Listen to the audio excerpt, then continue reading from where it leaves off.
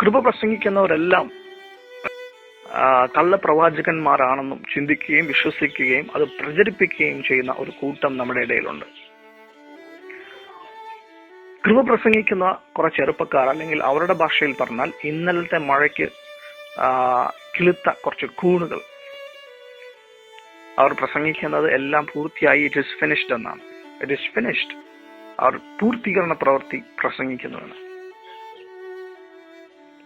നോക്കുന്ന കൃപ പ്രസംഗിക്കുന്നവർ പ്രസംഗിക്കുന്നത് എന്താണെന്ന് കേൾക്കാൻ മനസ്സില്ല. ആദ്യം കുറച്ചെവിടെയെങ്കിലും കേൾക്കും, അല്ലെങ്കിൽ അറ്റോ മുറിയും അവിടുന്ന് ഇവിടുന്ന് എന്തെങ്കിലും കേൾക്കും, അല്ലെങ്കിൽ ആരെങ്കിലും എന്തെങ്കിലും പറയുന്നത് കേൾക്കും. ഇത് കേട്ടിട്ട് ഇങ്ങനെ എന്തെങ്കിലും പറഞ്ഞു നടക്കാതെ ആദ്യം എന്താണെന്നൊന്ന് കേൾക്കുക.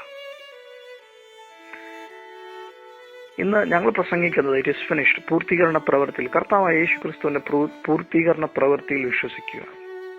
എന്റെ പ്രവൃത്തിയല്ല, മനുഷ്യന്റെ പ്രവൃത്തിയല്ല, മതത്തിന്റെ പ്രവൃത്തിയല്ല, ലോകത്തിനെ മതം പഠിപ്പിക്കുന്നത് ചെയ്യുമ്പോഴല്ല, യേശു ക്രിസ്തുവിന്റെ പൂർത്തീകരണ പ്രവൃത്തിയിൽ വിശ്വസിക്കുമ്പോഴാണ് നിങ്ങൾ രക്ഷിക്കപ്പെടുന്നത്. നിങ്ങളുടെ മുഴുവൻ പാപങ്ങളും മോചിക്കപ്പെട്ടു, നിങ്ങൾ രക്ഷിക്കപ്പെട്ടു, നിങ്ങൾ നീതീകരിക്കപ്പെട്ടു, നിങ്ങൾ ശുദ്ധീകരിക്കപ്പെട്ടു. ഈ സത്യം വിളിച്ചു പറയുമ്പോൾ എല്ലാവരും പറയുന്നത് ഇല്ല, രക്ഷിക്കപ്പെട്ടുകൊണ്ടിരിക്കുകയാണ്, രക്ഷിക്കപ്പെടും, നീതീകരിക്കപ്പെട്ടുകൊണ്ടിരിക്കുകയാണ്, നീതീകരിക്കപ്പെടും. നിർത്ത്. യേശു ക്രിസ്തു പറഞ്ഞതും ഇറ്റ് ഇസ് ഫിനിഷ്ഡ് എന്നാ, പൂർത്തീകരിച്ചു എന്നാ. പ്രവാചകന്മാരുടെ പ്രവാചകനായ ക്രിസ്തു വിളിച്ചു പറഞ്ഞത് ഇറ്റ് ഇസ് ഫിനിഷ്ഡ്, പൂർത്തീകരിച്ചു കഴിഞ്ഞെന്നാ. ആമേൻ. യേശു ഒരിക്കലും ഞാൻ എല്ലാ മാസം ആദ്യം വന്ന് ചെയ്യാം, മാസത്തിന്റെ പകുതിക്ക് വന്ന് ചെയ്യാം, വർഷത്തിൽ ഒരിക്കലും വന്ന് ഓർമ്മപ്പെടുത്താം, അതല്ല യേശു ചെയ്ത പ്രവൃത്തി. യേശു ചെയ്തത് മുഴുവൻ ഒരിക്കലായി എന്നേക്കുമായി എന്നെ രക്ഷിച്ചിട്ട്. when you are saved, you are saved, my brother.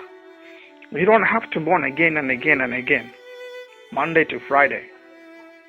What is the point? പൂർത്തീകരിച്ചതിനു ശേഷം താൻ പിതാവിന്റെ അടുക്കൽ പോയി, he sat at the right hand side of God. മുഴുവൻ മാനവും മഹത്വവും യേശുവിന് കൊടുക്കുക.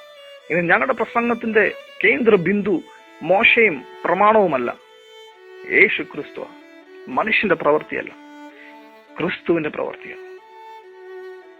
ശമൂവേലിന്റെ അനുസരണമല്ല, ദാവീദിന്റെ അനുസരണവുമല്ല, അല്ലെങ്കിൽ മനുഷ്യന്റെ പ്രമാണത്തിന്റെ അനുസരണമല്ല, ക്രിസ്തുവിന്റെ അനുസരണം.